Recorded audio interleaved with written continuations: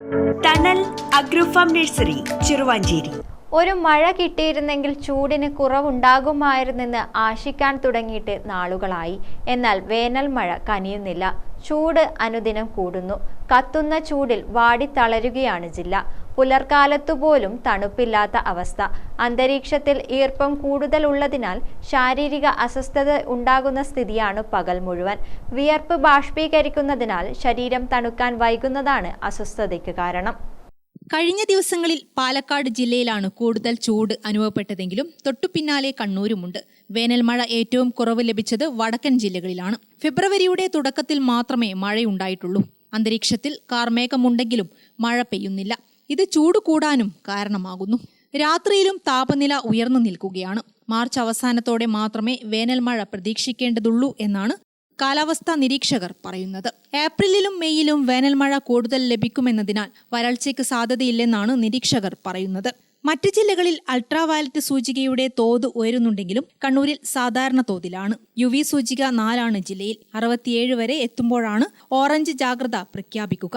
മലയോരത്ത് സൂചിക കൂടുമെങ്കിലും കടലോരം, ഇടനാട് എന്നിവിടങ്ങളിൽ സാധാരണ തോതിലാണ്. ശക്തിയേറിയ വെയിലാണ് UV രശ്മികളുടെ സൂചിക ഉയരാൻ കാരണമാകുന്നത്. തുടർച്ചയായി കൂടുതൽ സമയം UV രശ്മികൾ ശരീരത്തിൽ ഏൽക്കുന്നത് സൂര്യാതാപത്തിനും ത്വക്ക് രോഗങ്ങൾക്കും നേത്രരോഗങ്ങൾക്കും കാരണമായേക്കാം. 10 മുതൽ 3 മണിവരെയാണ് ഉയർന്ന UV സൂചിക രേഖപ്പെടുത്തുന്നത്.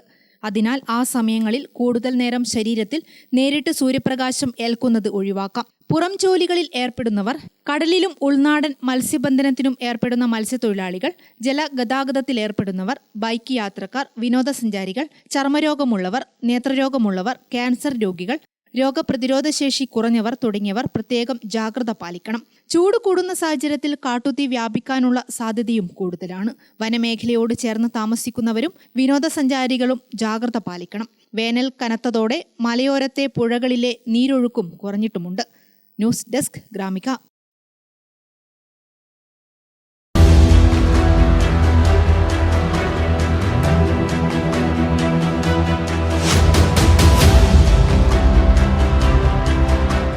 നിങ്ങളുടെ വീട് നിങ്ങളുടെ അഭിമാനം, ഒപ്പം ഞങ്ങളുടെയും.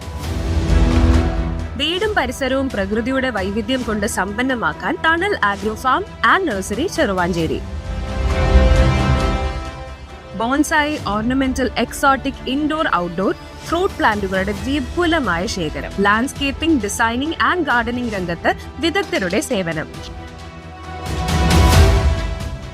ഇനി നിങ്ങളുടെ പൂന്തോട്ടം മനസ്സുപോലെ മനോഹരം. The biggest nursery in Kannur district since 1997, approved by Government of Kerala.